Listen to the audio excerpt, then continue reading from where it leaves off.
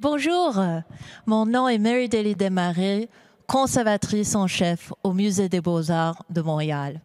Et au nom du musée, je suis très heureuse de vous accueillir ce soir pour ce lancement virtuel de l'exposition Nicolas Parti, l'heure mauve, qui ouvrira au public ce samedi. Hi everybody. My name is Mary-Daly Desmarais, and I'm the Chief Curator here at the Montreal Museum of Fine Arts, and I'm so happy to welcome you tonight for the virtual opening of the exhibition Nicolas Parti, l'heure mauve, which will open to the public on this Saturday, February 12th. I wanted to let you know that the conversation will take place entirely in French. However, it will be simultaneously translated. And so if you would like to translate it into English, you simply have to look to the bottom of your screen. There's a small circle labeled interpretation, and you would click on that button and choose a language of your choice into which you would like the conversation translated. And if you have any technical difficulties, one of the great members of our teams is standing by via the chat function. So don't hesitate, they are there to help you. Alors, pour ceux qui ne connaissent pas le travail de Nicolas Parti, il est un des chefs de file de sa génération. Il est reconnu pour ses pastels absolument extraordinaires, mais aussi pour ses sculptures peintes qui ont une beauté étrange et captivante, et aussi bien sûr pour ses installations immersives qui sont complètement époustouflantes. Wow, je suis fière de moi d'avoir prononcé ce mot pour une fois, mais c'est vrai et c'est parce que j'y crois. Alors, l'exposition L'heure mauve est la première exposition de Nicolas Parti ici au Canada. Et le musée lui a offert la carte blanche pour créer un dialogue entre ses œuvres et les œuvres de la collection du musée. Vous allez voir que le résultat est à la fois poétique et audacieuse. Je dirais que l'exposition est vraiment une œuvre d'art en soi. En fait, c'est quelque chose que Stéphane et moi, on dit souvent. Et c'est aussi une invitation à rêver et à repenser notre relation avec la nature. En créant un dialogue entre ces œuvres et les chefs-d'œuvre de la collection du musée, que ce soit un tableau de Poussin ou de Courbet, ou même des maîtres de design comme Bertoia, par exemple, tu nous montres, Nicolas, que le passé est extrêmement pertinent pour notre présente et que les œuvres d'art ont toujours plus d'histoires à nous raconter. Donc, merci à vous tous d'être avec nous ce soir. J'ai la chance et le grand plaisir d'être en compagnie ce soir de l'artiste lui-même, Nicolas Parti, et notre directeur général, Stéphane Aquin, qui est aussi co-commissaire de l'exposition. Donc, merci à vous tous, vous deux, merci d'être avec nous ce soir. Alors, avant de commencer notre discussion, j'aimerais juste vous dire que vous pouvez nous adresser vos questions tout au long de la discussion en utilisant la fonction Q&A ou Q&A pour les anglophones, et on répondra à ces questions à la fin de notre discussion. Alors, sans plus tarder, parlons de cette magnifique exposition. Mais d'abord, j'aimerais commencer avec toi, Nicolas, avec qui tu es, avec, en fait, c'est vraiment sur ton parcours artistique. Tu es né en Suisse, en Lausanne plus précisément, et je pense, si je ne me trompe pas, tu as commencé ta démarche artistique en tant que graffeur. Donc peut-être tu peux nous parler de comment ces débuts t'ont amené jusqu'à ici. Bonjour tout le monde. Ça me fait évidemment très plaisir d'être ici dans ce vernissage virtuel. C'est par chance mon premier.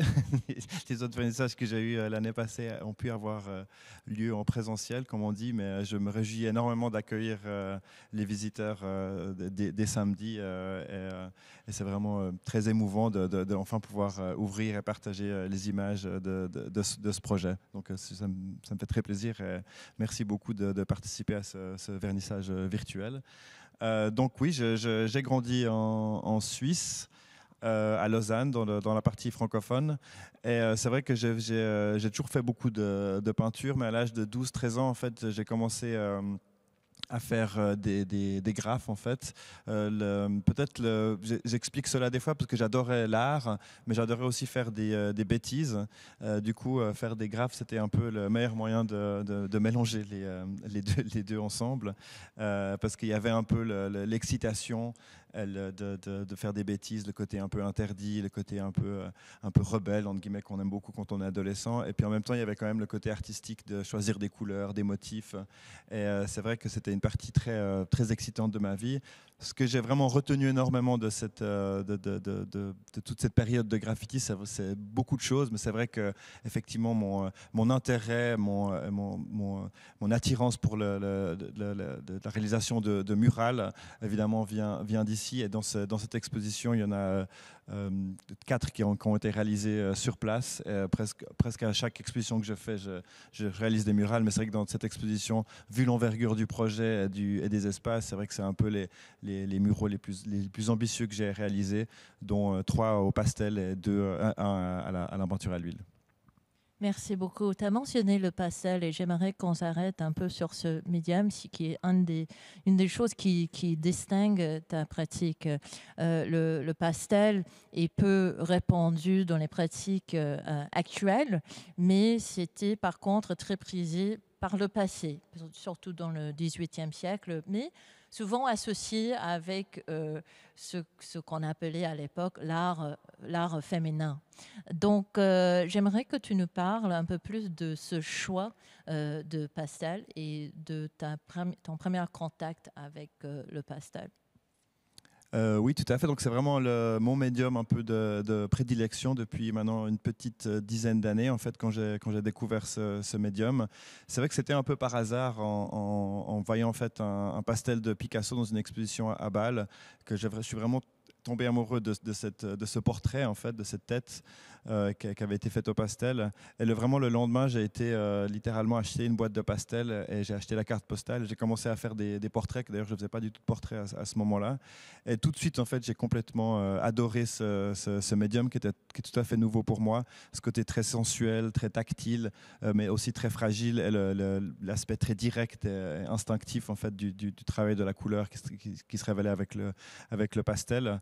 Et c'est vraiment petit à petit que je me suis rendu compte que ça allait devenir, en fait, ça allait prendre toute ma place dans ma pratique, plus ou moins, que j'ai vraiment commencé à m'intéresser, en fait, à son histoire, à son contexte, et particulièrement, en fait, un peu vraiment à ses débuts, effectivement au début du XVIIIe siècle, avec la figure de Rosalba Carriera, qui est une artiste vénitienne qui a vraiment popularisé ce médium du pastel en Europe entière, et qui était vraiment une reine du pastel de son époque, extrêmement populaire et vraiment de succès.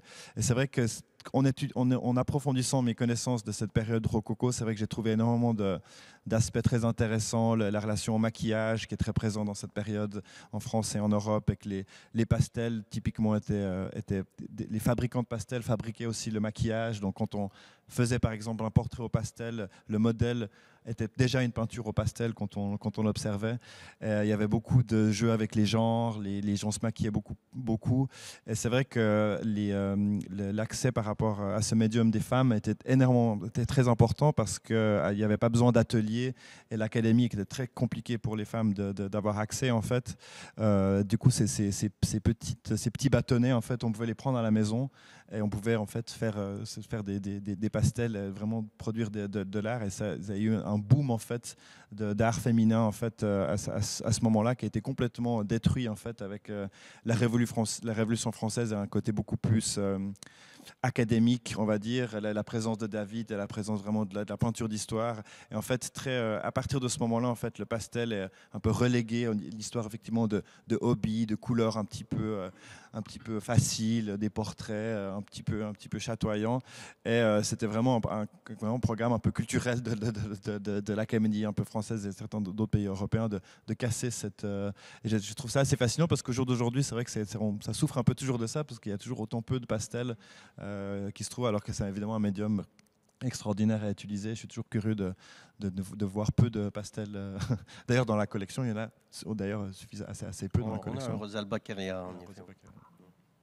Mais c'est très intéressant ce que tu dis par rapport à les logistiques pour les artistes femmes de pratiquer leur art et justement comment le pastel, à cause de sa taille, a bien servi ces artistes aspirantes à l'époque.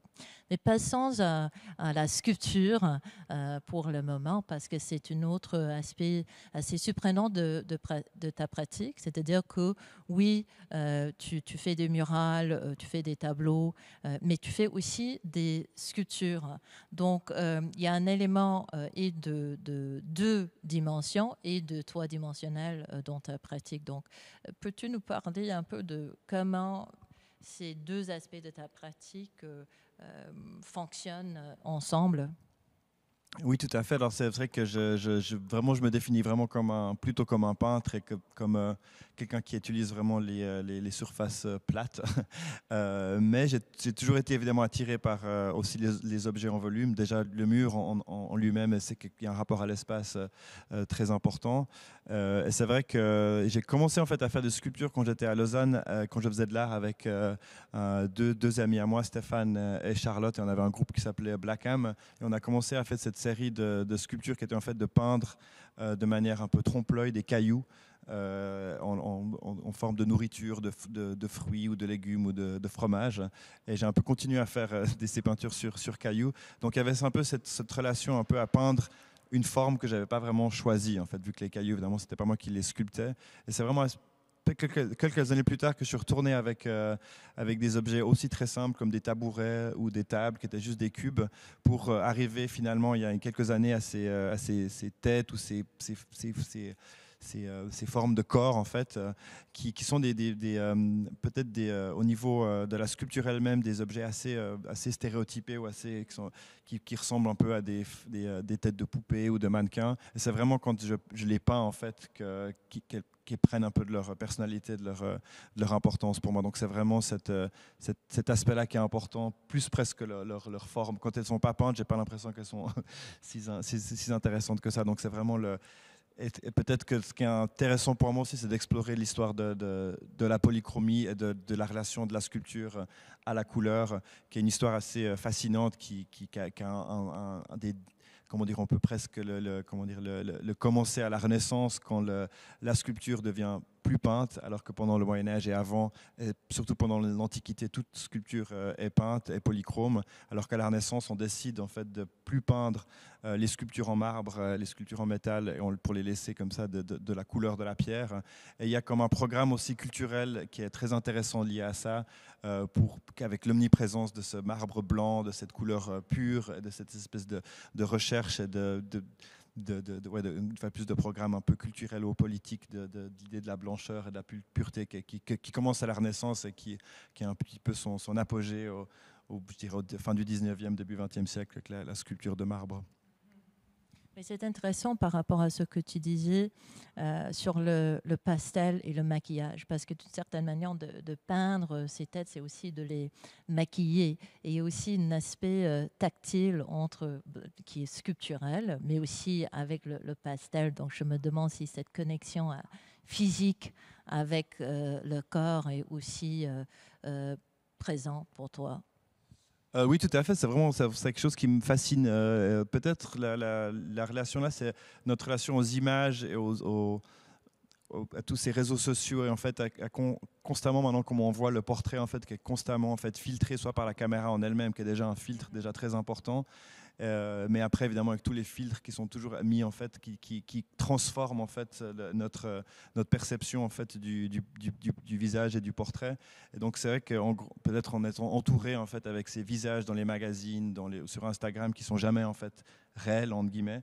Je trouve que c'est intéressant d'étudier en fait cette couche très fine qui se trouve entre notre œil et la personne humaine, et de savoir qu'est-ce qui se trouve en fait dans cette couche qui effectivement qui peut être appelée maquillage ou un filtre ou un effet synthétique. Et c'est vrai que ça m'intéresse beaucoup. Un masque. Oui, c'est ça, c'est un masque, effectivement. Alors, j'aimerais qu'on tourne vers cette exposition spécifiquement et que vous nous parliez, s'il vous plaît, du genèse de ce projet, de comment le projet est né et comment c'est arrivé ici au Musée des Beaux-Arts de Montréal. Peut-être, Stéphane, tu peux commencer. Oui, merci Mary. Et merci Nicolas, c'est toujours formidable de t'écouter parler de l'histoire de l'art et de cette relation qu'on a à l'image. Merci aussi à tous nos visiteurs qui sont là ce soir. Un grand plaisir, on aurait tellement voulu vous recevoir dans ces salles qui sont belles comme je ne les ai jamais vues. Mais bon, c'est partie remise et l'exposition ouvre samedi, donc voilà, on vous attend samedi. Bonne question Mary. Bonne question. Je regardais la programmation, on s'en parlait, et puis on avait ce jeu dans la programmation. On était en pleine pandémie. On se disait comment va-t-on résoudre toute cette énigme et comment faire sens du fait qu'on est un musée, qu'on a des collections historiques. Et là, oui, le nom de Nicolas Parti m'est venu à l'esprit, celui-ci, parce que j'avais eu le plaisir de travailler avec Nicolas il y a quelques années. Je connaissais sa capacité d'engagement avec l'histoire de l'art. C'est un type qui nous fout des complexes à nous, les historiens d'art, parce qu'il connaît mieux toutes les... Et donc, on s'en est parlé, je l'ai appelé et je lui ai dit, voilà, à l'aide, help. Et puis, il est venu à notre secours avec ce projet fabuleux. Effectivement, c'est une carte blanche. Et puis, tu l'as bien dit, donc, ce qui nous entoure, là, toutes les salles, c'est vraiment un truc, c'est un rêve, ce projet. C'est une œuvre d'art. Donc, c'est comme ça, je t'ai invité, c'était un plaisir, Dieu merci, tu étais libre. Et voilà, à partir de là, c'est tout Nicolas. C'est lui qui a choisi ces couleurs autour de nous, qui a imaginé que depuis la pandémie, que ça pouvait être sur la nature, en fait, que ces collections pouvaient être réunies, qui les a déclinées. Et là, c'est vraiment c'est un travail fabuleux là, de commissaire, de conservateur de musée, d'historien de l'art, de scénographe. Et pour toi, Nicolas, quand Stéphane t'a approché avec l'idée, qu'est-ce qui était ta réaction première? Je suis devenu tout rouge comme la tête derrière moi. Oui, comme sculpture. Voilà, c'est un autoportrait de... Exactement. Non, c'est vrai qu'il m'a appelé. En fait, c'est drôle parce qu'il m'a... je crois qu'au début, tu m'as texté. Et puis il m'a fait une sorte de gag. Il m'a dit on aurait besoin de ton aide parce que tu venais de commencer au musée. Il m'a dit, mais il voyait un texte et il m'a dit est-ce qu'on aurait besoin de ton aide pour avoir un avis pour repeindre les murs en couleur en fait des galeries. Et en fait j'ai cru que c'était en fait une vraie demande parce qu'il me disait peut-être qu'il a besoin de conseils. Puis c'est intéressant, peut-être que je peux effectivement donner des conseils sur les couleurs des murs. Et après il m'a dit ça, on t'embauche dorénavant, c'est toi qui fais toutes les couleurs. C'est comme ça que j'ai commencé. Et en fait voilà, après assez vite je me suis rendu compte de l'ampleur dès que j'ai reçu en fait la maquette, en fait, enfin le floor plan du musée, je me suis rendu compte que c'était un projet gigantesque, qu'on avait très peu de temps. C'était à peu près une année en tout pour tout faire. Donc c'est vrai que ça a été extrêmement excitant.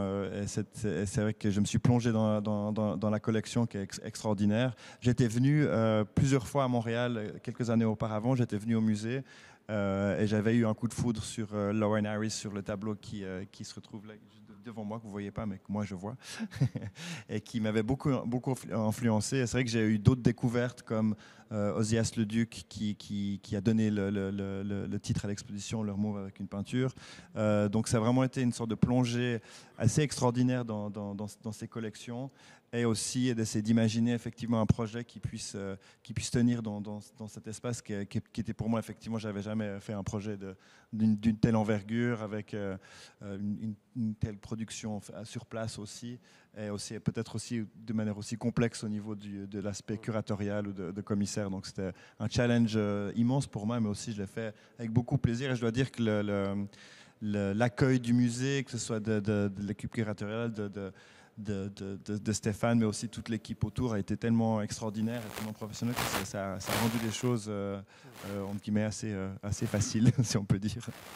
Mais si je peux me permettre d'en rajouter, parce que j'ai vu comment tu pensais dans d'autres projets, et ici aussi ça a été le cas. Il y a eu, je dirais pas des essais-erreurs, mais il y a eu différentes itérations. Ton idée s'est progressivement cristallisée. Par exemple, l'ajout de meubles, d'objets de la collection d'art décoratif. Au début, il y avait des sculptures, il y avait des objets d'art décoratif. Tout d'un coup, tu as clarifié cette proposition. Et ça, de voir comment tu as pris les décisions au fil là, de toutes les étapes, avec beaucoup de considération et d'autorité, j'avoue, je le dis là maintenant devant tout le monde, je suis très impressionné. Non, c'est assez remarquable, parce que la proposition se tient de façon remarquable. C'est ce que tous ceux qui ont vu l'expo, vous allez la voir bientôt, disent. Oui, et ce rapport à l'histoire qui est très intéressant. Nous, on a appris, moi j'ai beaucoup appris sur nos œuvres, parce que Nicolas me les faisait voir, et je peux souligner aussi le travail de Bénédicte Ramade dans le catalogue, qui signe un essai remarquable, et puis qui nous fait voir que, par exemple, dans le Jacques Linard, que j'ai toujours vu, 3 des 15 coquillages sont en état sont en péril d'extinction. Un est déjà disparu. Et donc, tout ce regard sur la nature nous fait voir des œuvres du passé autrement. On y voit les signes avant-coureurs de l'état dans lequel on se trouve.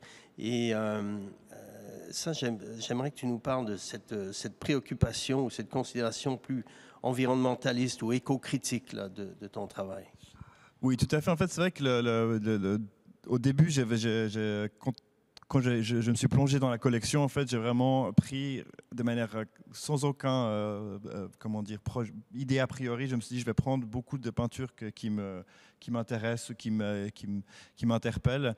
Et ça appartient un peu évidemment dans tous les champs, des sculptures, des objets, parce qu'il y a évidemment des milliers d'objets qui sont dans ce musée. Et petit à petit, je me suis focusé sur le paysage, évidemment par rapport à l'histoire particulière de l'art canadien et son rapport très, très, très proche avec le paysage, et moi aussi mon rapport avec l'art canadien, le groupe des 7, Lauren Harris, et par la suite avec Ozias Leduc. Et en fait, c'est petit à petit, en faisant ce focus sur le paysage, que je me suis rendu compte qu'effectivement le thème de l'exposition allait de plus en plus sur cette relation qu'on a à la nature, au paysage, à l'environnement et l'espace qui nous entoure, et surtout en fait de faire des allers-retours avec d'autres des tableaux très anciens qui peuvent dater de 1630 comme le Léonard, ou bien des tableaux plus récents comme les miens, ou comme les du XXe siècle, et d'essayer de les regarder à l'aube en fait, d'une psychologie ou d'une relation à l'environnement qui est particulière au jour d'aujourd'hui, qu'on a en fait tous une anxiété assez forte par rapport à notre environnement et à quel est le futur en fait de notre planète, qu'on soit activiste ou conscient. Je ne suis pas sûr que ça change. Tout le monde est plus ou moins conscient et entend constamment des récits très alarmistes sur le futur de la nature, des espèces, de la biodiversité. C'est pas mon rôle d'être un activiste mais c'est très intéressant pour moi de pointer en fait ces sujets contemporains, ces connaissances en fait, ces faits scientifiques, avec en fait une histoire de l'art qui est de mettre, comme tu dis, ce tableau de Linard, de le décontextualiser, de le rendre anachronique. Et on a fait ça aussi avec le Hodler, en fait, qui qui est conçu au début du XXe siècle, évidemment avec une relation à la nature qui est complètement différente, qui est beaucoup plus, où on glorifie plutôt l'homme qui est encore en train d'essayer d'en prendre la possession de manière très physique. Et ça vient une glorification de cet aspect, en fait. Et tout d'un coup, quand on voit ce tableau maintenant de Ferdinand Adler avec ce bûcheron magnifique qui s'apprête à couper cet arbre qui a l'air si fragile, on a l'impression que c'est une petite baguette et qui va vraiment le couper avec toute sa force, tout d'un coup, ça a une violence et ça génère une sorte de peur, un peu, d'anxiété qui est assez phénoménale. Et ça, je trouve assez magnifique avec les œuvres d'art, c'est que quand elle a été conçue, personne n'y aurait jamais vu ça, sûrement. Et maintenant, en fait, on y voit ça, et peut-être dans 100 ans, on y verra quelque chose d'autre. Et c'est vrai que tout d'un coup, de voir ces natures mortes, d'avoir comme ça une sorte de mélancolie presque, une sorte de tristesse, alors que quand elles étaient conçues, c'était vraiment pour montrer la richesse de l'océan, de cet aspect très impérial en fait des sociétés occidentales, qu'elle est dans le monde entier, un peu prendre tout ce qu'ils voulaient naturel et non naturel et d'en faire une sorte de grand étalage un peu partout. C'est vrai que c'est ça qui m'a beaucoup plu dans ce projet, de faire ces rapports historiques. Je dirais que c'est une des choses qu'on apprécie énormément, le musée de cette exposition, c'est justement que tu nous montres à travers ton travail avec les œuvres de la collection que justement les tableaux qu'on pense à connaître très très bien, ils peuvent dire complètement autre chose. On n'a jamais vu le Euler, par exemple, dans cette lumière. Et je pense que c'est une leçon pour nous tous, c'est de dire, même si on pense à connaître tout ce qu'il y a à connaître dans l'histoire de l'art, il y a toujours d'autres choses à découvrir. Donc, toute l'équipe du musée te remercie parce que pour nous, c'est vraiment fascinant de voir ces œuvres historiques qui couvrent des périodes de 16e siècle jusqu'au 20e siècle, dans un contexte qui, oui, est lié au passé, mais qui est vraiment très, très actuel aussi quand on parle de climat et tout, etc. Donc, un grand remerciement. Mais je voulais te demander d'ailleurs, tu parles de la nature dans cette exposition en particulier, mais est-ce que c'est quelque chose qui anime ta pratique plus largement? Oui, si j'étais sensible et attiré par le paysage dans les collections, c'est parce que dans ma pratique, j'ai une forte accoutumance avec le paysage et avec son histoire particulière. Donc c'est vrai que c'était assez naturel pour moi de piocher en fait dans ces peintures. Et en faisant en fait du paysage, on s'intéresse forcément en fait à son histoire, à son évolution. En ayant, je dirais, déménagé aux États-Unis il y a 5 ans maintenant, c'est vrai que j'ai eu beaucoup plus d'interaction avec l'art américain, surtout l'art américain d'avant la guerre, qu'on connaît un peu moins des fois, et surtout par exemple les peintres plutôt du 19e, du début 20e, le Hudson School River, les Bierstadt et compagnie, en fait tout cet aspect en fait de cette peinture de paysage que j'ai trouvé effectivement fascinante par rapport au lien de la culture américaine, nord-américaine et son territoire, en fait, cette espèce de volonté très forte en fait de cette culture américaine dans la naissance un peu de l'art américain qui vient vraiment de l'Amérique. C'est cette volonté en fait de se réapproprier le paysage et vraiment de se dire c'est notre paysage, parce qu'évidemment les gens qui arrivent à ce moment-là savent quand même très bien que c'est pas leur et qui sont confrontés très directement avec des gens qui habitent là depuis longtemps. Et en fait cette peinture va servir aussi vraiment de manière très forte culturellement à asseoir en fait ces mythes en fait, de dire it's my land. Et c'est assez fascinant parce qu'en Europe par exemple c'est très différent, cette idée de territoire, parce que les territoires ont tellement bougé constamment, même au XXe siècle énormément. Alors, du coup, il y a peut-être moins cette idée, c'est ma montagne, c'est mon arbre, alors qu'en Amérique du Nord, il y a vraiment ça à dire, oui, ça c'est notre territoire, parce que les gens arrivent de manière vraiment assez tardive sur ces territoires. Et il y a déjà des gens qui habitent et ils vont de manière évidemment très très violente. Et l'histoire est toujours fraîche. Les enlever, c'est qu'on garde un peu comme ça que la représentation du paysage. Et je trouve que c'est très intéressant. Je t'arrête parce que je vois sur l'écran, on voit le processus de création de tes murales. Et pour cette exposition, tu en as créé 4 énormes qui sont absolument incroyables, pour manque d'une meilleure mot. Mais j'aimerais te poser une question sur ton processus créatif vis-à-vis ces murales. Est-ce que l'espace dicte la forme de mural ou est-ce que tu penses aux thématiques et tu ajustes ensuite en fonction d'espace? En fait, c'est une question poule et l'œuf. Qu'est-ce qui vient avant, le sujet ou le lieu? Non, parce que je travaille avec une petite famille de sujets. Il y en a qui disparaissent et il y en a qui apparaissent un peu. Par exemple, dans l'exposition, il y a ces pastels de théière et de peau que j'ai fait pendant peut-être 4-5 ans. Maintenant, je ne les fais plus. Et récemment, j'ai commencé à faire des grottes, par exemple. Donc, c'est plutôt, j'ai une petite famille comme ça de sujets, d'éléments avec lesquels j'ai une relation et des discussions quand je les réalise. Et en fait, quand il y a un projet comme ça, je vais choisir en fait un peu quelle famille en fait de ce sujet pouvoir être appliqué sur tel mur par rapport un peu à la narration que j'ai envie de dérouler dans l'exposition. Typiquement, par exemple, le mur qui est derrière moi, qui nous accueille dans ce magnifique espace, c'est quelque chose que j'avais jamais d'ailleurs fait un mural. J'ai fait quelques pastels de ces espèces de volutes de nuages ou de fumée, on ne sait pas trop exactement ce que c'est, avec cette réflexion en fait d'un lac ou d'une rivière. Et pour moi, c'était parfait pour l'introduction. Il y avait ça, évidemment, c'est tout dans les violets, mauves, un peu grisâtres. Il y a ce coucher de soleil. Et je trouvais que ça allait vraiment très bien comme une introduction vraiment à cette promenade, cette rêverie.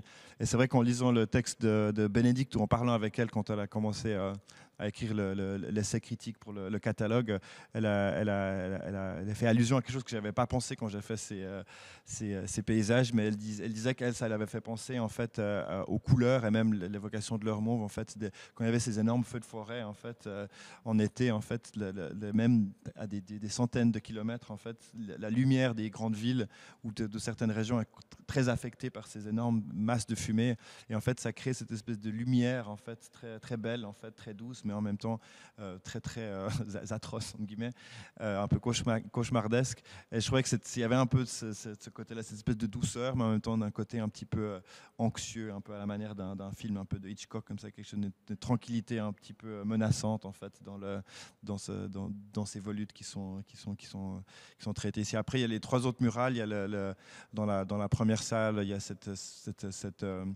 forêt en fait qui démarre l'exposition. Après, il y a cette grotte où il y a le portrait de Otto Dix de Hugo Simons, et dans la 3e, il y a cette espèce de profusion de sacs de pêche qui accueille cette nature morte avec la crucifixion de Bambi dessus. Donc voilà, c'est un peu les... Tu as mentionné le catalogue et j'ajoute mes remerciements aussi à Bénédicte pour son texte, mais il y a un autre contributeur au catalogue auquel qu'on n'a pas mentionné encore, qui a aussi ajouté un élément dans les salles, c'est Pierre Lapointe. Donc peut-être, Stéphane, tu peux commencer en nous parlant de la contribution, la bande sonore faite pour l'exposition et pour le catalogue en fait. Oui, alors, j'ai déjà dit à la blague que j'ai une bonne idée par année, c'était celle-là, mais dans les faits, j'en ai 2 parce que d'inviter Nicolas, c'était la première des bonnes. Oui, c'est qu'on cherchait avec Nicolas un auteur, et tu te rappelles, on passait toutes sortes de possibilités d'auteurs pour introduire chacune des sections du catalogue. Il y a 7 sections à l'exposition, 7 sections au catalogue. Le catalogue va reproduire fidèlement, dans les faits, le déroulé là, de l'expo.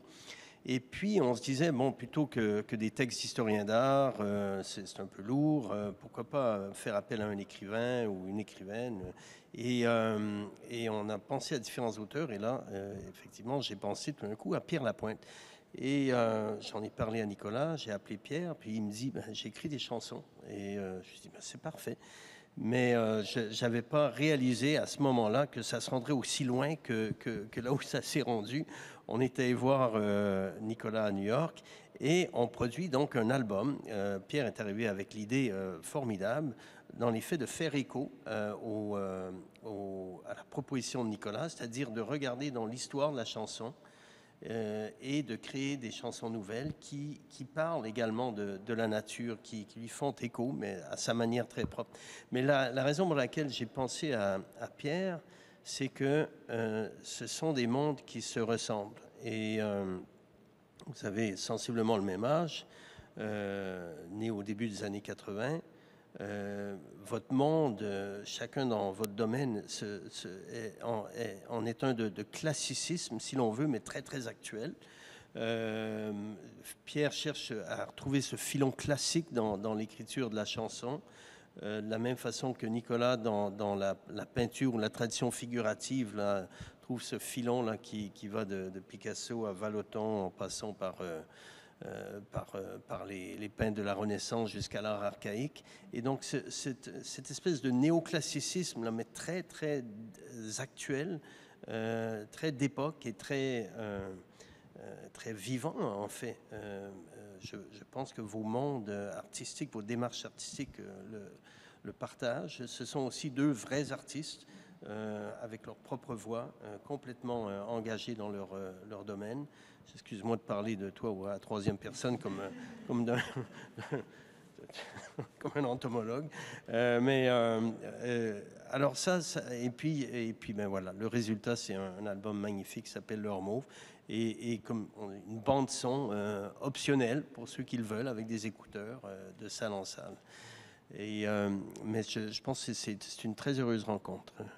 Non, c'est vrai que ça a été une idée merveilleuse de ta part. Et c'est vrai que moi, je savais non plus pas du tout à quoi m'attendre. En fait, quand tu es arrivé avec l'idée, je connaissais son travail, j'avais écouté ses chansons, mais c'est vrai que je m'étais pas dit à ce moment-là, ah oui, ce serait bien d'avoir Pierre pour écrire des textes pour un catalogue. Mais c'est vrai que ça s'est transformé en fait avec un projet vraiment d'une richesse et d'une beauté qui m'a vraiment énormément impressionné et ému à la fin. Il a aussi gardé assez secret en fait son travail jusqu'à la fin. Donc voilà, il a un peu parce qu'il a vraiment, il nous a donné cette idée. Voilà, moi je veux faire des reprises de chansons historiques pour reprendre un peu la structure de l'exposition. Et on connaissait les chansons originales en fait avant qu'il fasse les reprises, mais on connaissait pas du tout ces versions, entre guillemets, ces réponses. Et c'est vrai que quand c'est arrivé il y a maintenant un mois, c'était vraiment très, très émouvant d'écouter ça, tout d'un coup de maintenant de pouvoir les écouter dans les salles. C'est vrai que c'est vraiment incroyable. C'est vrai que on nous a un peu posé la question, quels sont un peu vos points communs. Moi, j'ai un peu pensé que c'est vrai qu'on a on a en sorte, je pense qu'on est très attiré et pas timide avec l'idée de beauté en fait. On n'a pas peur comment dire, de l'évoquer, de la manipuler en fait. Et aussi on a cette espèce, je pense, de mélancolie en fait, de rêverie dans notre travail. Et peut-être que je définissais peut-être ce matin un peu cette idée d'entre deux. Je pense qu'on est un peu les deux intéressés en fait à ce qui se passe entre deux états en fait. Et l'exposition parle, je pense beaucoup, par exemple, là, il y a un coucher de soleil ou l'heure mauve, c'est entre deux états, c'est entre le jour et la nuit. Pierre écrit magnifiquement bien, souvent de la tristesse, en fait, la rupture, ces moments entre deux, en fait, entre deux états amoureux, entre deux états d'une relation, ces sentiments qui sont peut-être les sentiments dans lesquels on est toujours, en fait, on n'est jamais, en fait, soit dans l'un ou dans l'autre, on est toujours un peu en transition. C'est une transition comme ça douce que je trouve que les deux on aborde et qu'on explore dans nos travaux. Oui, c'est vraiment littéralement un état crépusculaire, littéralement l'état de l'heure mauve. Alors, j'ai reçu le signe qu'on n'a pas beaucoup de temps qui nous reste, mais j'aimerais juste quand même poser une dernière question avant qu'on passe à vos questions. Alors, qu'est-ce que tu veux, Nicolas, que les visiteurs retiennent de cette exposition? Je sais que tu détestes cette question, mais je te l'ai dit quand même. Non, parce que c'est vrai que quand on pose la question, je suis très conscient que chaque visiteur est différent. Chaque visiteur vient dans une exposition pour diverses raisons. Il y en a certaines qui viennent pas pour voir cette exposition. Il y en a certaines qui viennent pour voir une autre exposition, pour voir d'autres pièces du musée. Certaines qui viennent pour voir un tableau peut-être de la collection. Donc c'est vrai que chaque personne va vraiment avoir une autre expérience. Moi, j'espère que je suis généreux avec, avec le visiteur, avec le travail, et j'ai envie vraiment de l'accueillir généreusement, avec, comme je disais, avec cette conception d'une beauté, presque d'une séduction en fait, qui n'est pas timide. Et j'espère de le faire de manière pas agressive et douce en fait, et de créer une sorte de promenade et de créer de la rêverie et de la réflexion de divers thèmes. Et c'est vrai que c'est un peu après au visiteur à lui de savoir s'il veut rentrer un peu dans les méandres de toutes ces couches de sens qu'il y a dans chaque œuvre d'art. Donc là, il y en a beaucoup, il y en a qui se mélangent, il y a tellement de périodes différentes, il y a beaucoup d'histoires qu'on peut se raconter, mais on peut aussi tout simplement se promener dans l'expo comme on se promènerait dans une forêt ou une petite balade sans vraiment trop réfléchir, juste pour 30 minutes ou 20 minutes ou même 5 minutes, c'est égal. Ça me convient tout à fait aussi. Je fais ça aussi dans les musées souvent, je me balade et je regarde pas grand-chose de manière très active, et des fois je regarde un tableau très longtemps ou je regarde mon téléphone en même temps. C'est vrai qu'il y a un peu plein de manières, mais que les gens se promènent. Voilà, c'est ça que j'ai envie. Super, très bien dit. Toi, Stéphane, en tant que co-commissaire, directeur du musée, as-tu des attentes Mais, j'ai envie de reprendre la formule de Hergé, qui est voilà, de qui Nicolas est un grand connaisseur et un grand admirateur. C'est une expo pour les gens de 7 à 77 ans. Plusieurs personnes m'ont dit, il me semble, les enfants adoreraient ça. Mais les personnes les plus férues d'histoire de l'art et de considération critique vont aussi, je pense, y trouver leur compte. Moi, mais je reviens à la formule que tu avais utilisée, Mary, c'est vraiment une œuvre d'art. J'ai pas l'impression que c'est une exposition. C'est une œuvre d'art. On entre dans un songe éveillé, qui nous enveloppe, mais dans lequel aussi on ressent, on pense, on réfléchit, on éprouve. D'être entouré d'autant de couleurs, c'est une expérience remarquable. Alors, voilà, je pense que c'est quelque chose de très, on dit, accueillant. Bon, très bien dit tous les deux. Merci beaucoup pour votre temps et vos pensées ce soir. Je passe les questions à vous alors. Première question, c'est Nicolas, est-ce que tu écoutes de la musique en travaillant? J'écoute l'album de Pierre Lapointe à longueur de journée. Non, j'écoute, je travaille jamais en silence quasiment. Donc oui, j'écoute énormément je dirais de matériel sonore, mais c'est pas que de la musique. Je peux pas écouter de la musique toute la journée. C'est rare que je fasse une journée de, on va dire, 8-9 heures en écoutant que de la musique. Donc c'est un peu un mélange. Maintenant, il y a tellement ces mots un peu de podcast ou audiobook. Donc c'est vrai que c'est un peu un mélange entre du parler et de la musique. Et c'est vrai que la musique, ça va vraiment un peu dans tous les sens, parce que comme j'écoute beaucoup de musique, j'ai la chance de faire un métier, une occupation où je dois parler très peu pendant la journée, où j'écris pas. Du coup, c'est vrai que je peux vraiment avoir mes oreilles et mon cerveau en fait comme ça, qui est afflué de son. Donc j'ai beaucoup de chance. J'ai une question pour vous deux. On a parlé du fait que cette exposition inclut beaucoup d'œuvres de la collection du musée. Alors, est-ce que vous avez des œuvres préférées dans la collection? Et si oui, quelles sont-elles?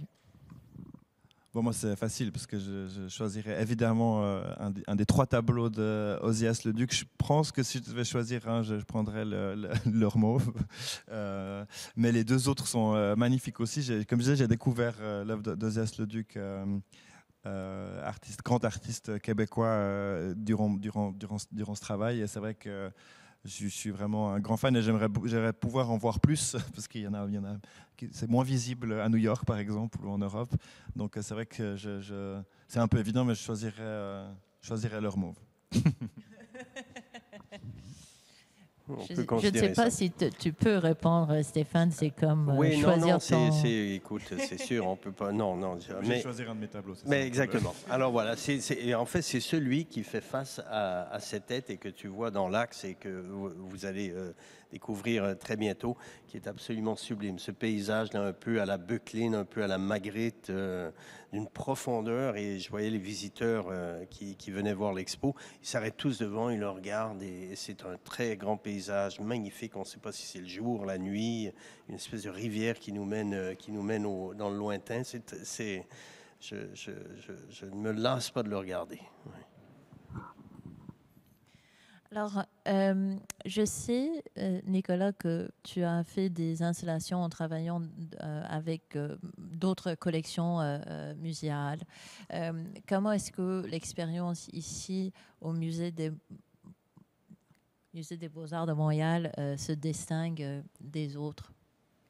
Vraiment clairement par l'ampleur du projet, c'est vraiment un énorme musée de type Met ou Louvre ou ce genre de musée ou National Museum qui a vraiment une énorme collection qui couvre un spectre d'histoire de l'art vraiment complet, d'antiquité, d'art contemporain.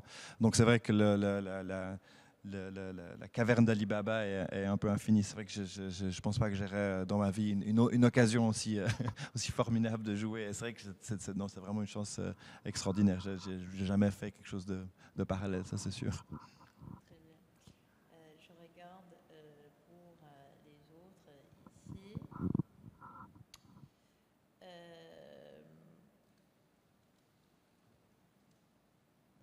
Alors, ça c'est une question. Oui. Alors, pourriez-vous nous parler en plus de détails des façons dont le thème de l'humain, de la relation de l'humain à la nature est abordé dans l'exposition? C'est te demander d'aller un peu plus loin sur cet thème dans l'exposition. Ben c'est vraiment, comme je disais, c'est une promenade, c'est une rêverie. Donc, chaque salle, en fait, aborde ce thème de manière assez différente. Il y a des moments où c'est très évident. Il y a une salle un peu vers la fin, avant la salle des sculptures, en fait, où oui, j'ai fait un pastel assez grand comme ça, qui représente assez directement un feu de forêt, où il y a d'autres peintures historiques, dont un Double qui est une petite peinture en fait de Sodome et Gomorrhe qui partent de cette ville qui a été qui est incendiée, qui est couverte d'acide qui punit en fait les humains. Mais il y a aussi une vanité dans cette pièce. Donc, par exemple, dans cette pièce, c'est une manière assez directe d'adresser en fait peut-être l'humanité, la vanité de l'humanité en fait. Par rapport à sa relation à son environnement, à son monde, et un peu comme une sorte de punition en fait qui se retourne envers elle. Ça c'est un exemple. L'exemple, je dirais peut-être qui est presque à l'opposé, c'est l'exemple de la salle qui est au centre, qui est la salle bleue, qui est vraiment une grande salle dont les murs sont ce bleu un peu outre-mer, où il y a une série de paysages qui n'ont aucune trace humaine, qui sont tous on va dire très beaux et très majestiques, qui n'ont aucune trace humaine qui font un peu qui sont emblématiques de cette idée de l'humain, de voir le paysage comme séparé complètement de sa culture et de son impression. On voit plutôt, et ça c'est vraiment je dirais une pièce un peu comme paradisiaque. Et dans cette salle, on a installé ces 4 chaises longues qui comme ça, qui invitent vraiment évidemment à la rêverie, à la contemplation. Donc c'est une salle qui est beaucoup moins agressive. Donc chaque salle en fait aborde un peu ce thème de la relation de manière assez différente. Des fois c'est plus agressif, c'est peut-être plus difficile. Des fois c'est beaucoup plus dans la rêverie, dans la beauté en fait. Le musée a aussi une collection de certaines... c'est une collection d'art décoratif qui est assez grande. On a des lits aussi, on a des tables aussi. Donc, j'aimerais que tu nous parles un peu plus de pourquoi la chaise comme objet. Oui, ça c'est vrai que ça a été un long processus et c'est vraiment vers la fin que qu'on a décidé, que j'ai décidé de dire, voilà, ce sera que des chaises et il n'y aura aucun autre objets d'art décoratif. Pendant longtemps, il y avait beaucoup de sculptures. Il y avait des sculptures, des meubles, des objets d'antiquité. Et petit à petit, j'ai gardé que les objets d'art décoratif. Pendant longtemps, il y avait quand même la sculpture de Giacometti, parce que je n'arrivais pas à m'en séparer, parce que c'était une très très bonne sculpture. Et puis pour finir, j'ai gardé que les chaises. Je crois que vraiment, l'idée, c'était de par la chaise, en fait, on crée un peu l'absence, en fait. Et aussi chaque chaise en fait fait écho en fait à différentes périodes en fait technologiques, de la relation au design, aussi aux matériaux qui sont toujours beaucoup de bois, beaucoup de métaux, même une qui est dans cette salle ici qui est couverte de cuivre et de peau de vache en fait. Et je trouvais que il y avait aussi un côté un peu comique, mais je les vois un peu comme en fait l'absence du spectateur, mais aussi comme le spectateur lui-même en fait, elles sont toutes un peu un spectateur différent. Des fois, il y a des rapports formels très directs entre une chaise qui fait vraiment penser à des os, à une carcasse qui est mise en relation avec une ruine. La salle du feu de forêt, la chaise qui a là vraiment l'impression que est en train de fondre et que c'est comme un volcan qui est en train de se décomposer. Donc, il y a plein de jeux comme ça qui sont j'espère, assez ludiques par rapport à l'expérience de l'exposition. C'est un très bel effet. Ils sont presque comme des présences fantômes qui animent l'exposition et qui nous invitent. J'imagine qu'on va avoir des visiteurs qui vont s'asseoir à un certain moment sur une de ces chaises parce que c'est tellement évident, c'est difficile à résister. Je vois qu'il y a une autre question. Que va-t-il advenir des murales après l'exposition? Ils vont disparaître comme tout. Comme tout va disparaître à un moment donné. En fait, c'est une question de perception de temps. Donc, c'est vrai que ces murales vont disparaître dans 6 mois. Mais tous les objets qui sont dans cette exposition vont à un moment donné disparaître aussi, comme tout. Donc, c'est un peu une question effectivement de perception. Mais évidemment, dans ces murales, l'idée d'éphémère qui est très liée aussi peut-être à la fragilité du pastel, qui fait penser un petit peu à cette poussière et des petites écailles qui sont sur les papillons, en fait, que si on les touche, ils ne peuvent plus voler. Mais aussi l'idée tout simplement symbolique de la poussière. Qu'est-ce que c'est là? On est tous poussière. Et c'est vrai que tous les 3 murales au pastel sont vraiment faits de poussière. Et si on les touche, il ne faut pas les toucher, mais si on les touche, on s'en rendra vite compte. Et je trouve que moi ça me plaît beaucoup qui vont redevenir en fait poussière, qui vont être lavés, qui vont comme vraiment disparaître. Ça fait, je trouve, écho de manière métaphorique à beaucoup de sujets qui sont traités dans l'exposition. En fait, cette fragilité, ce côté éphémère, c'est quelque chose qui est très présent en fait dans les différents thèmes traités dans l'exposition. Mais je te dis que c'est vrai qu'il y a une beauté dans cette idée, mais quand même, ça nous rend extrêmement triste parce que c'est... Ça, c'est sûr que oui. Les employés vont... Les collègues vont... veulent pas ça. Je te le dis tout de suite. On a dans l'exposition un exemple typique de ça, c'est la peinture de Fontaine-Latour qui représente des fleurs. Un bouquet de fleurs qui, effectivement, quand il est peint, il ne va jamais faner, mais on est tous confrontés, quand on achète des fleurs ou quand on cueille des fleurs, cette beauté, en fait, est souvent d'une durée assez limitée. Mais tu touches à un point fondamental, c'est qu'on se berce d'illusions dans les musées en pensant qu'on collectionne et qu'on conserve pour l'éternité.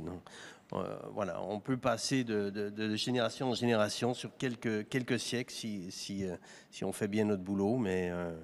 les musées eux-mêmes apparaissent comme des institutions et ensuite vont évoluer vers d'autres formes peut-être dans quelques générations. Je dirais aussi peut-être qu'un autre écho à ça, c'est la salle verte pâle où il y a le portrait d'Autodix de Hugo Simons, qui fait peut-être un autre écho très direct à comment les œuvres d'art disparaissent dans l'histoire de l'art. C'est pas forcément seulement parce que le temps les abîme, mais tout simplement parce que les humains les détruisent. Comme cette histoire magnifique de ce portrait d'Autodix qui est arrivé à Montréal et qui a traversé cette période de la Seconde Guerre mondiale de manière héroïque avec son propriétaire Hugo Simons, parce que la plupart des Autodix de cette période ont été détruits évidemment pendant la guerre, et c'est un des très rares qui a survécu et qui est parti de Berlin jusqu'à Anvers et jusqu'à Montréal et qui est arrivé au musée. Et je trouve que ces portraits d'ailleurs entourés de ruines et de grottes qui fait peut-être aussi écho. Et on se compare beaucoup d'œuvres d'art aussi, juste tout simplement. Et c'est arrivé récemment dans beaucoup de pays. Ils sont détruits tout simplement par d'autres humains lors de différents conflits. Et que l'art, et ça tu l'as déjà dit une fois, est puisse nous rappeler qu'il y a une espèce de roulement des siècles sur les civilisations, sur les sociétés. Ça, c'est très riche, c'est dans cette salle-là, puis c'est effectivement dans ta pratique elle-même. Là. C'est inscrit, c'est accepté, c'est une partie là, de la philosophie qui t'anime, qui t'inspire. Ouais. Question ici de Normand Guiguerre. Sans égard à l'artiste choisi, en joignant la musique et la chanson à une exposition visuelle, ne craignez-vous pas de porter atteinte d'une certaine manière à l'impact des œuvres visuelles? C'est une très bonne question parce que c'est vrai qu'on pourrait se dire est-ce que si je viens et j'écoute de la musique, est-ce que je vais est-ce que je vais être distrait de l'expérience?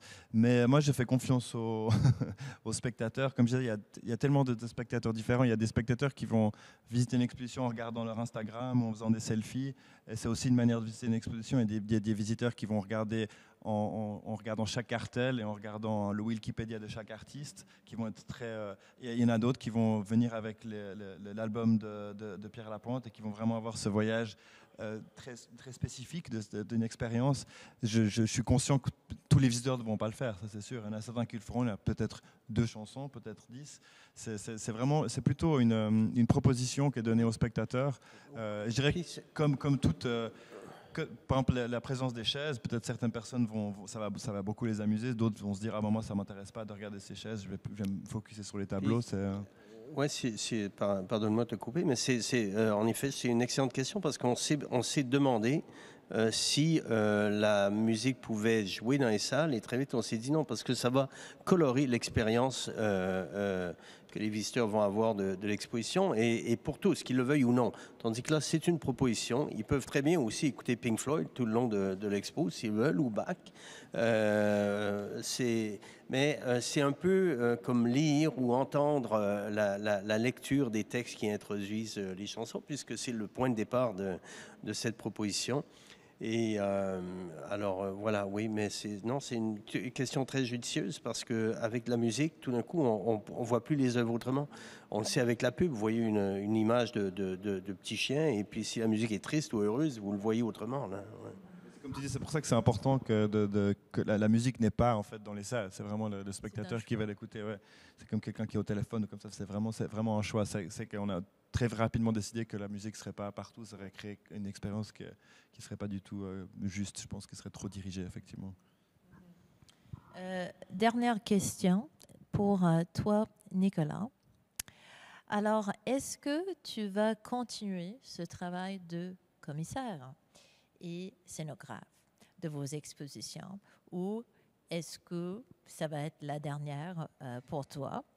Et en quoi cette addition à votre rôle d'artiste change votre façon de travailler? Non, j'espère que ce ne sera pas la dernière, peut-être la dernière d'aussi grande, ça c'est possible, ça je ne sais pas.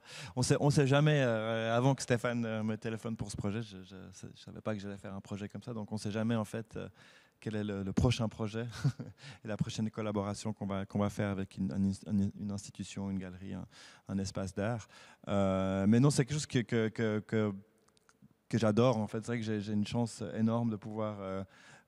travailler avec ces objets, de les voir, de les mettre en relation avec d'autres, avec les miens. C'est quelque chose qui me plaît beaucoup. C'est ce que je fais en regardant les livres, les images ou les musées. Et tout d'un coup, c'est vrai que j'ai l'impression que c'est un peu comme un enfant qui a ses jouets favoris, ses objets favoris et qui peut jouer pendant quelques mois. Et c'est vrai que quand on m'invite à faire ça, c'est vrai que j'ai tout simplement l'impression que j'ai énormément de chance et que je suis très conscient de ça et que j'essaie de travailler dur et d'être conscient et de répondre à l'appel et de le faire de manière consciencieuse. Mais je continuerai effectivement à faire ces mélanges, à faire ces choses. C'est quelque chose qui me plaît beaucoup. Oui. Merci beaucoup, Nicolas. Merci à toi, Stéphane, aussi. Merci pour votre présence ce soir pour ce partage. Vraiment, je pense qu'on est tous, on est tous privilégiés d'avoir passé cette heure avec vous. Merci beaucoup. Merci Mary. J'ajoute mes remerciements et je souligne la générosité extraordinaire de Nicolas dans ce projet-là. Ça a été remarquable. Vraiment. Merci encore 1000 fois de m'avoir invité. On est vraiment très contents. Non, mais c'est vrai ce que tu dis, Stéphane, effectivement. Et je me souviens quand on a eu notre première conversation au sujet de ce projet, on a dit que Nicolas est vraiment l'artiste parfait pour faire ce genre de travail parce qu'il connaît si bien l'histoire de l'art. Il fait des choix rigoureux et très pointus. Et toi, tu as eu le plaisir de travailler avec lui avant. Donc, tu as dit dès le début qu'il va être très généreux et tout l'été. Nicolas, donc grand merci. Avant de terminer, j'aimerais aussi prendre un moment pour remercier toutes les équipes de musée qui ont travaillé si fortement sur cette exposition et aussi les équipes de studio de Nicolas. C'est vraiment un plaisir de travailler avec toute l'équipe de studio. Je nomme en particulier Catherine, Auguste et Bobby. Merci beaucoup à vous tous. Really a great joy. Grand plaisir. Et j'aimerais aussi également remercier au nom de toute l'équipe du Musée de Beaux-Arts de Montréal, nos précieux partenaires et commanditaires de l'exposition Nicolas Party, leur Mauve. La présentation de l'exposition est rendue possible grâce à l'importante contribution de Hydro-Québec en collaboration avec Hatch et Mirabeau. Je remercie aussi le Consulat général de Suisse à Montréal, Pro Helvetia, Fondation Suisse pour la culture et le Cercle des anges du MBAM. Merci à notre commanditaire officiel, Peinture d'Enalt, à nos partenaires médias, Bell, La Presse et Montréal Gazette, ainsi qu'au ministère de la Culture et des Communications, au Conseil des arts du Canada et au Conseil des arts de Montréal pour leur soutien constant. Et last but not least, we would like to say huge thanks to the galleries for their generous contribution to this exhibition. Thank you very much to Hauser & Wirth, Xavier Hufkens, Karma, Kaufman Repetto, the Modern Institute et Gregor Steiger. Alors, un grand merci, dernier merci à vous tous d'avoir été avec nous ce soir. Grand plaisir et on a très hâte de vous retrouver dans les salles du musée dès ce samedi. Merci beaucoup et bonne soirée.